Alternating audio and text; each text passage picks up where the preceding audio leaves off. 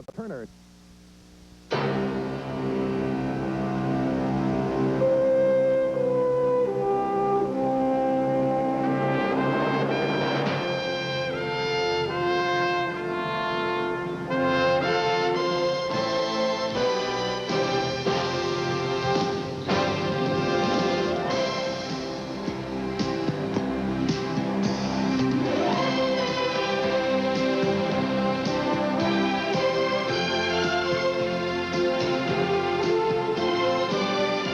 Turner Network Television proudly presents, for the first time ever, the 1986 Goodwill Games from Moscow and from Madrid.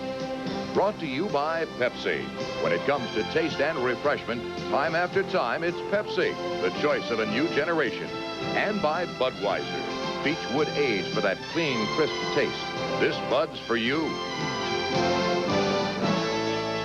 And by CNN, the world's most important network and a proud sponsor of the Goodwill Games.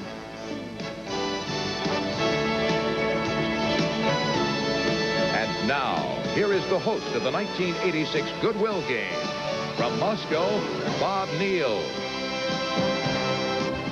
Hello, everybody, and welcome back to our coverage of opening day of the 1986 Goodwill Games. Well, Marianne Laughlin, it has certainly been a long day and an exciting day in Moscow with the opening ceremonies, the great sports competition. It has certainly been a day to behold and to remember. Matter of fact, in sports alone, in the men's competition, and the women's for that matter, the U.S. swimmers have surprised everyone with a much stronger showing than expected. The U.S. basketball team, both men and women, have been performing today. We've seen a world record set by a Soviet swimmer, an American record by one of the female swimmers of the American team, and we've had a very interesting women's marathon race today that gave us an opportunity to get a look at some of the magnificent sights around Moscow, and that's been one of the things that's been so very interesting to all of us here, and we hope to you too if you've had an opportunity to see our coverage of the Goodwill Games today, and that is a look inside the city of Moscow. Marianne, it continues to fascinate me. It certainly does. We'll have a couple of more days to explore it a little bit. It seems like already we've been from one end of the town and back. We did start with that grand tour on the women's marathon, and we've heard from a number of our feature reporters at all the venues and around town, and we, of course, were part of the crown jewel of the day, the opening ceremony. And you know, almost everywhere we've been, we've seen buttons and flags and banners with one message saying Goodwill. It's as if the whole town were participating in these games. And I finally, I think, have learned how to say Goodwill Games in Russian. Igre, dobre voli. Is that right? You've got that one down. That's close enough. You win second prize. And second prize is getting to view all 16 days of our competition. Thanks. First prize, you get a day off sometime. We have a lot of competition. We have 129 hours of exciting sports competition to bring to you. And we're going to continue with our coverage of the Men's World Basketball Championships taking place in Spain. We'll be back with that report right after this.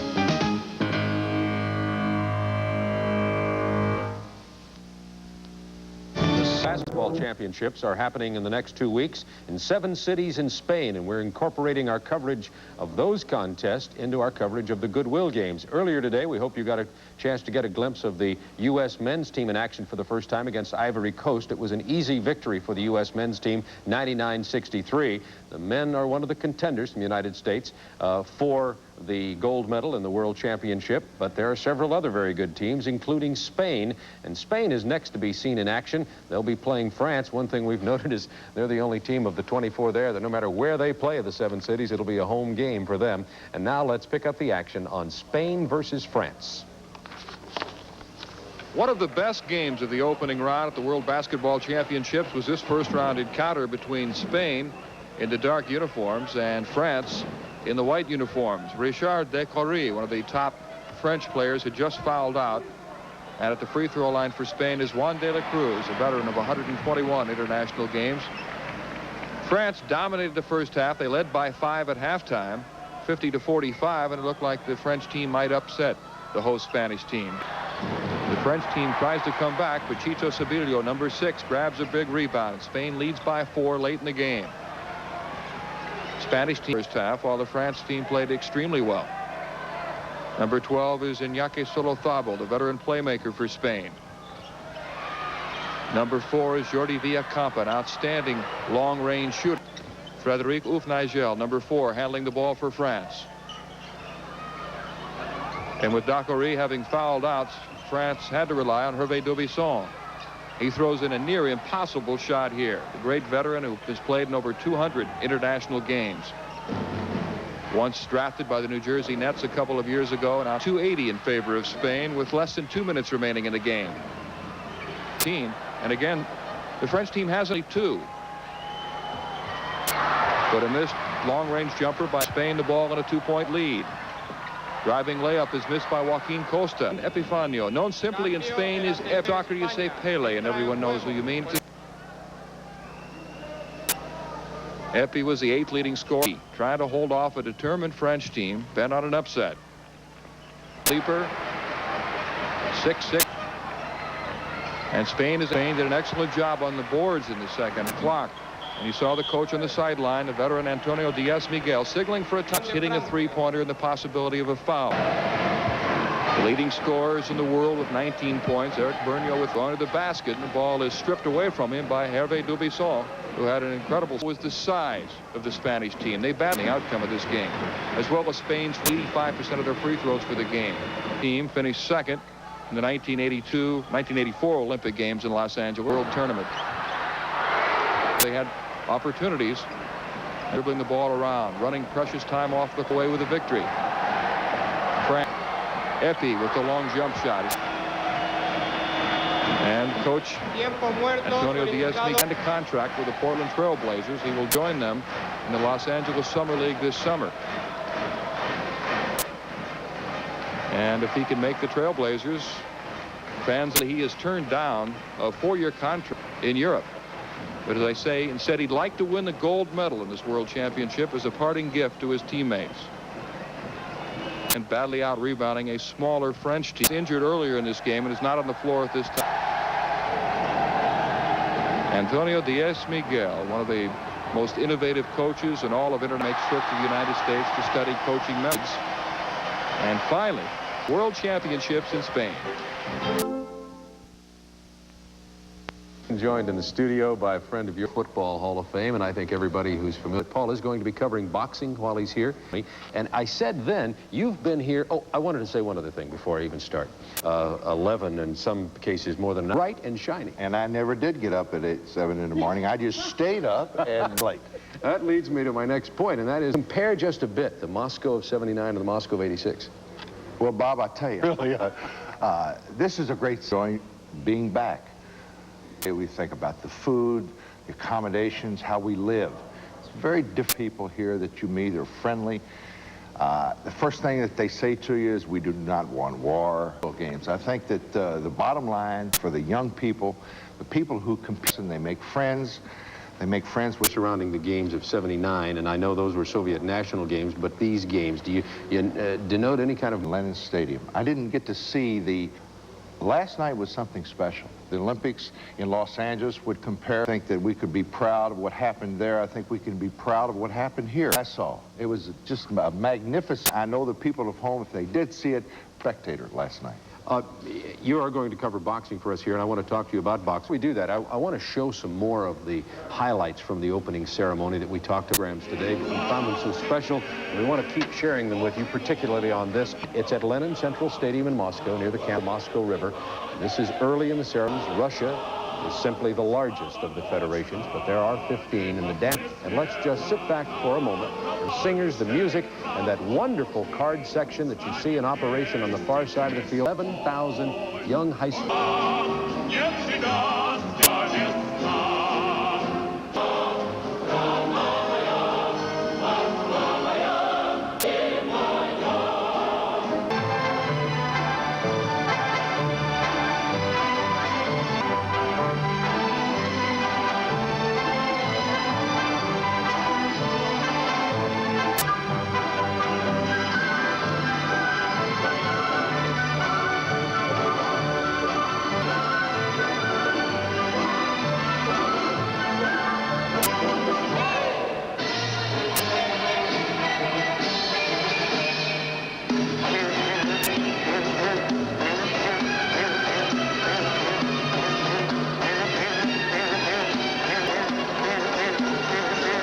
the card section, the opening ceremony today from Lennon Stadium. 100,000 people participants in the ceremony. Paul Horning, as you can see, is with us, and we're going to come back and talk about boxing and just what the U.S. Defense Department edict to not allow U.S. Armed Forces contender for a gold medal, one of the best U.S. men's. But just 2 days ago, the U.S. Defense Department issued a decree calling out a rule that, saying that the U.S. Members of the armed forces could not fight here in the team. They're now scrambling to replace those members of the team. And first of all, Paul, what's your reaction to that kind of ruling? Well, I just think it's ridiculous. I mean, I really don't think to support the Goodwill he's fit to keep that I've talked to cannot believe this has happened. It has, folks, he's fighting in the 201-pound heavyweight division. He is a leading ready. He is a bronze medalist in the 1986 World Championship. He will be here for a gold medal. We have been absolutely devastated, and it's a political will games, for heaven's sakes. Well, the boxing starts. We'll have another opportunity to chat with you a little bit later about who some of the fighters might be. But right now, we want to go to Marianne, who has some more for us, particularly from the swimming venue. From the swimming venue. Thank you, Paul. We are going to... The women's 200-meter backstroke was held today at Druzhba, where the U.S. women continued to surprise the field. This event starts in the water. That 200 meters backstroke. The athletes, as they begin to filter into the pool to warm up before the start of the race. Let's meet that field. In lane 0 at the top of your screen, a late entry, Lori McLean from the United States. She's going to be a freshman at Stanford, predominantly a sprinter. Bistra Goska from East Germany. She got 3rd in her country's name. USA Olympic team member, the captain of this team. She'll be a senior at Texas next year. Favored in this event, she was a finalist in the Olympics in 1984. Andrea Hayes of Florida will be in lane 5. The youngest member, Natalia Shibaeva from the USSR, she'll be in lane 7. And Irina we had a chance to speak with her about the responsibility of such a position. It was, you know, I'd always look up to everybody, and now everybody's kind of looking up toward me. And so it's kind of unique, and it's, you know, The officials now moving some people's toes beneath the surface of the water. And it seems very quickly at the 100, and it can cost her. That happened to her in the 84 Olympic Games. The world will see that today. I don't think we will. Continuing to lead, Aneta Patrescoiu in lane 4, and that's 5th from the top. You see her So the pool are all close to 6 feet into the water, and with a good clean entry, and that do help. It seems at this point that American Beth Barr, the youngest little girl at 14 years of age, is in 2nd place. Toward the wall so they can keep their momentum going in and out of the turn, and it keeps the water going fast. Rick for Aneta Patrescoiu, not on the way next to her. Andrea Hayes now beginning to pull up. Lori McLean and Beth Barr are all in contention for the medals and are going to try and build this 50 and get a good turn home. With the flip, 1 minute 37 seconds, lane 5 looking to be in 2nd place, Andrea Hayes. Confidence as she's swimming here in an international who trains with her every day is trying to... The Patrescoiu beginning to extend her lead, owning this race to the wall. In 2nd place, it's coming to Stanford, a possible bronze medal, and that's the way we call this race. And she did come up with Patrescoiu. Okay, that's the Romanian with the gold medal. She was an Olympic finalist at Scout. 769 gold medal, Andrea Hayes. An attempt to break a world record in the men's 200-meter backstroke when we continue. Pepsi. When it comes to taste and refreshment, time after time, it's Pepsi. One of my favorite stories coming out about the Soviet swimming team, the men's swimming team, is he moves through the water straight with very little Polyanski. He was trying to break his own world record in the men's 200-meter backstroke now. The men's 200 backstroke, 4 lengths to the pool. To the screen, lane 0, Zoltan Baleti from Hungary. He's going to be at the very, very top. And next to him is going to be Andy Gill from the United States. He trains out of Orlando, Florida. He just missed making the World Championship team in this event. He was 2nd in their national championships, and he's got a 2-month-old child watching him at home. The world record holder in lane 4, Igor Polyanski. A lot with running. In fact, the very first time he went out running with his coach, he ran the full equivalent. Plows through the water, and as I said, he is the world record holder. Sergei Zabolotnov is in lane 5. Next to him, a good workout swimmer, 22 Olympics in Los Angeles, which sidelined him for a year, but he's back with a vengeance now. In lane 6, Karsten Schultz from East Germany. Lane 7, competition will come from the world record holder, 8.14 seconds. He set that record. This is not America's best event, but they've swum because they've swum in the shadow of Rick Carey for so long. But they've looked for. First of all, Andy Gill. He's been around for Charlie Soroki, the captain. So long because he plows through the water and sends off. Swimmers getting their toes into position. Very good, and already has half body length lead. That's Zabolotnoff swimming right next, looking very strong. Just as you said, John, but he's going to be there that first 100. The second 50 is important because you have to maintain that momentum in that second 50. Igor Polyanski with Sergei Zabolotnoff right next to him. The 100-meter mark, as I said, we're looking for a split of 57.85. You know we're heading towards a record pace. We're at 1/10 world record pace. A well-swum last half might see a world record here in this pool. He's just off his own world record pace. But this is and the Rick carries. This is where they really... Being in the lead, he's able to check out the position of all... Like we said earlier, the two Soviets are out there in front, and it looks like the Americans... That's the possible record here if he can come home very, very strong. He flipped at 128.13. He kick even with the backstroke coming home. The Soviet bronze sweep behind Igor Polyanski. 1973 is a very good swim, followed close enough to win here and in third place. Way to finish up for the Soviets. They had a 1-2-3 sweep there. There you see it. Igor has a nice final touch there. He's a full body length ahead of the second place finisher. Second place by Sergei Zabolotnoff, and in lane 3, Oleg. Final results. 158.73, Zabolotnoff, and Gavrilenko from the Soviet Union at 2:02.50. The swimming competition here in Moscow is as follows. The United States winning 6 events compared to 7 golds for the 6 for the Soviet Union. The amazing statistic up in the gold medal column, East Germany. So the U.S. continue to make some news with the swimming team. Not expected to do. Very, very big fan of swimming. Absolutely. No, it's wonderful to see. But I'll tell you, all week long, I'm going to try to do one thing.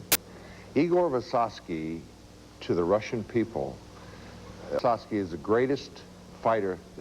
He beat Stevenson. He would have been. I'm going to try to have him at the boxing venue. I want him. He speaks fluent English. He's in his 40s, and he's retired, and he's the toughest. Great, Paul. Thanks for being with us. Stick around. We just want to find him. Podcast.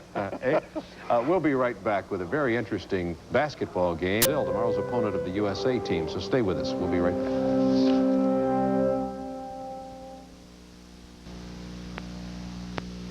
At the Druzhba multi-sport, one of the contenders in this tournament. They watch for two very action now. It's in the second half. Joining action here in the second half, an outstanding ball, and that's Benova, and they call her for 3 seconds. She's upset. The score is 79-78 in favor of Bulgaria. They led by 2, 45 is 10 just a few minutes ago, but this Brazilian team has not given up, and Bulgaria with a chance to increase the lead. Hortensia with 24 points in the ball game. She's the second highest scorer for her team. Maria da Silva, Brazilian team, continuing with their aggressive defensive play, which has helped get them back into the game. And again, they go inside. And that's tough so hard to get it that neither one of them could not, but Brazil lost it out of bounds. And a good end by Slavchava. Again tomorrow, competition, exciting game that should be with both teams playing it. Silva comes through with a big basket for Brazil. 9 with 3:35 remaining here in the ball game. And another great defensive and a great game played by Da Silva. Her play, she's not only a great shooter, but high scorer in the ball game, and now Bulgaria as Stanova comes up with a big basket to cut it to a 1-point deficit now for an exciting ball game. Hortensia, excellent drive and a tough roll. Heartbreak lead. Brazil has run off 17-6.